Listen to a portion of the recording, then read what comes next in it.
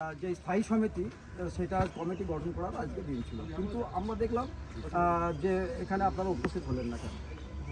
আপনারা দেখছেন আজকে যে স্থায়ী সমিতি গঠনের আমাদের দিন ছিল, তো সেখানে আমাদের টোটাল পঞ্চায়েত সমিতির 23টা মেম্বারের 8টা প্রধান, 3 জেলা পরিষদ, 2 বিধায়ক। কিন্তু উনি আমাদের যিনি বিধায়ক আছেন হুমায়ুন কবির সাহেব, তিনি নাকি বলেছেন আর কি যে দলীয়ভাবে তিনি নাকি কলকাতা থেকে কোনো নির্দেশ পেয়েছেন যে 5 জন কর্মদক্ষ ওনাকে দিতে হবে এবং 4 জন নাকি আমাদের গোষ্ঠীর কর্মদক্ষ হবে। তো এই 5 জন কর্মদক্ষ ওনার কাছে টোটাল মেম্বার স্ট্রেংথ আপনারা দেখলেন আজকে যে 7 জনের মধ্যে কংগ্রেসের হচ্ছে 3 জন, যাদেরকে সরিয়েছি আমরা সেই কংগ্রেসকে উনি আবার কর্মদক্ষ পাই দিতে চাইছেন এবং 3 জন কর্মদক্ষ, 1 জেলা পরিষদ হচ্ছে কংগ্রেস, 2 পঞ্চায়েত সমিতির মেম্বার হচ্ছে কংগ্রেস। তাহলে ওনার আন্ডারে থাকে 4টে মেম্বার বর্তমানে। তাহলে এই 4 জন মেম্বার ওনার কাছে আছে, টোটাল হচ্ছে 7।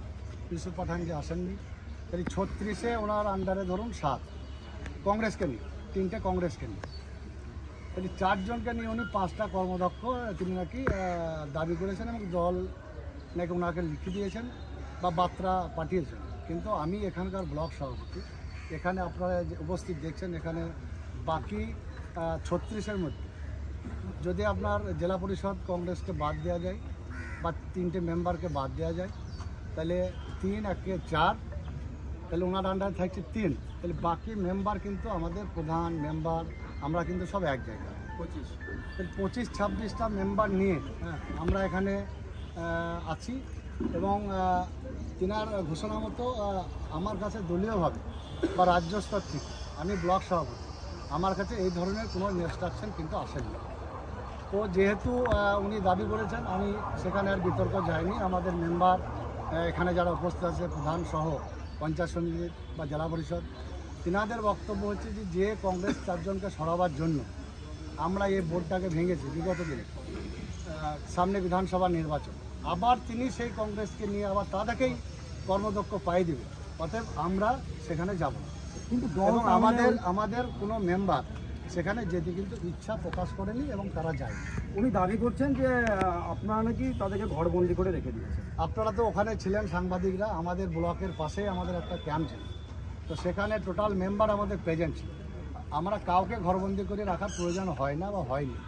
যদি মনে হয় এখানে মেম্বার উপস্থিত আছে, এখানে জেলা পরিষদ প্রধান, পঞ্চায়েত সমিতি, আপনারা তাদের মুখ থেকে শুনে নেবেন যে আমরা তাদের কোথাও আটকে রেখেছি কিনা। তারা স্বেচ্ছায় যেতে চায়নি, তারা যায়নি, এই হচ্ছে বিষয়। আপনি দাবি করছেন যে কংগ্রেসের 3 জন কি 4 জন যে মেম্বারগুলো ছিল তাদেরকে আপনি হটানোর জন্য যে অনাস্থা এনেছেন, তাহলে বিধায়ক যদি এটা দলকে অনুমোদন কীভাবে পাস করালেন? সেটা দেখুন, অনুমোদন আদৌ পাস করিয়েছেন কি করেননি, যেহেতু আমার কাছে কোনো চিঠি আসেনি, আমি কিন্তু জানি না। আমি কিন্তু অন্ধকারে। আমার কাছে দলীয়ভাবে যদি কোনো নির্দেশ আসতো, অবশ্যই আমি সেই দলের নির্দেশ আমি পালন করতাম। তাহলে কিসের যার 3টে মেম্বার নাই, সেখানে তিনি কিভাবে 5টা কর্মদক্ষ দাবি করতে পারেন?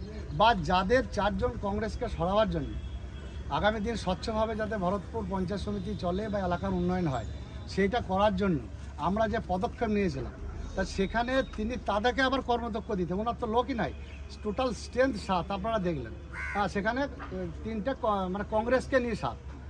তাহলে তিনি কীভাবে দাবি করতে পারেন যে আমাকে 5টা কর্মদক্ষ দিতে হবে? আমি কিন্তু অন্ধকারে, আমি জানি না, আমার কাছে কোনো দলীয় নির্দেশ আসে। তাহলে নির্দেশ যখন আসেনি, তাহলে কিসের ওপর ভিত্তি করে আপনারা উপস্থিত হলেন না? আমাদের কাছে যেহেতু নির্দেশ আসেননি এবং তিনি নাকি আমাদের কোনো এক লেভেল থেকে পাঠিয়েছেন যে আমাকে, তার কিন্তু কোনো আমি হেডিং পাইনি চিঠি যে আমাদেরকে এই কর্মদক্ষ 5টা কর্মদক্ষ ছেড়ে দিতে, যাদেরকে আমরা সরিয়েছিলাম তাদেরকে তিনি আবার কর্মদক্ষ করবেন।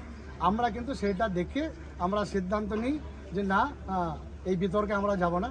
আমরা কিন্তু সেখানে আমাদের যারা মেম্বার ছিল আমরা আলোচনা করি, তারা সবাই ইচ্ছা প্রকাশ করে যে না, যেহেতু যাদেরকে সরাবার জন্য আমাদের অনাস্থা, তো আবার তিনি তাদেরকেই যদি পাই দিতে চান, আমরা কিন্তু এই বোর্ডে অংশগ্রহণ, এই স্থায়ী সমিতির এতে আমরা অংশগ্রহণ করবো না।